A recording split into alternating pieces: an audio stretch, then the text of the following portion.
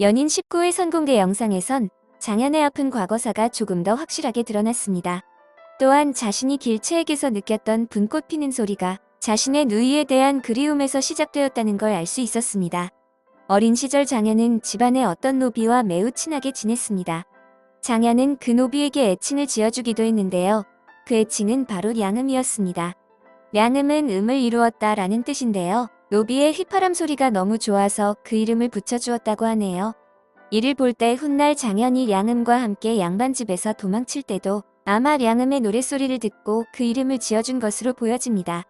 그 노비는 장현의 누이와 사랑에 빠져 있었는데요. 누이는 노비가 웃을 때마다 꽃 피는 소리가 들린다는 표현을 썼습니다. 지난 1회부터 장현은 꽃소리라는 표현을 자주 보여주었는데요. 초반 장현이 1대100으로 싸우는 순간에도 꽃소리를 회상했고 길채를 만났을 때도 분꽃 피는 소리를 들었다는 표현을 하였죠. 쉽게 말하면 한눈에 반했다는 표현을 너무도 아름답게 표현하고 있는데요. 자신의 누이가 노비에게 받았던 그 느낌을 고스란히 간직하고 있는 장현의 누이와 노비에 대한 그리움이 담긴 표현으로도 볼 수 있겠네요. 또한 어린 장현이 아버지를 외치며 울부짖는 모습에 대한 해답도 풀렸죠. 예상대로 대문 안에 매맞는 소리는 장현의 누이와 사랑에 빠진 노비의 매맞는 소리였습니다. 지금 시대엔 말도 안 되는 이야기지만 당시 조선시대라면 충분히 있을 수 있는 이야기죠. 양만집 대감이자 장현의 아버지 장철은 자신의 딸이 노비와 사랑에 빠진 걸 눈치채고 노비를 혼내주기 시작합니다. 아마 이 몽둥이질로 노비 량음은 목숨을 잃은 걸로 보이는데요. 이에 충격을 받은 장현의 누이 역시 스스로 목숨을 끊은 걸로 예상됩니다. 결국 노비 량음에 대한 미안함과 조선시대 계급사회의 회의감을 느낀 어린 장현은 그 길로 장철의 곁을 떠나 아무도 모르는 곳에서 노비 생활을 시작한 것으로 보입니다.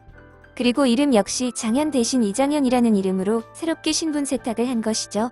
지금까지도 아버지에 대한 원망감이 큰 장현은 각화가 아버지에 대해 물어봤을 때도 기억조차 나지 않는다 말한 것으로 보입니다.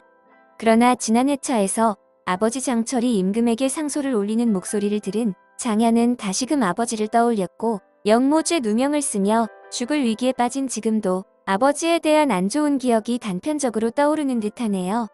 그런데 분명 19회 예고편에서 장현은 어리숙한 모습으로 기억상실증이 걸린 듯해 보였죠. 아마 장현은 아버지 장철에 대한 아픈 기억이 머릿속에 충격으로 떠오르며 하나둘 기억을 되찾을 것으로 보이네요. 한편 장철은 하나뿐인 아들이었던 장현이 죽은 줄 알고 매년 제사를 지내고 있는데요. 장철은 아들에 대한 미안함에 눈물을 흘리고 있었죠. 현재 장현은 영모죄로 인해 쫓기는 신세가 되어버렸는데요. 연준에 의해 장현의 생사를 알게 된 장철은 장현을 위해 자신의 목숨까지 걸며 장현에게 도움을 줄 것으로 보여집니다. 특히 장철은 과거 연준에게 나약한 글로 오랑캐의 창검을 이길 수 있겠냐는 말을 했었는데요. 글보단 행동이 중요하단 걸 알게 된 장철이 장현을 구하기 위해 자신의 몸을 희생하는 전개가 나오지 않을까 예상되네요. 오늘 준비한 영상은 여기까지고요. 재미있게 시청하셨다면 구독, 좋아요 부탁드립니다. 감사합니다.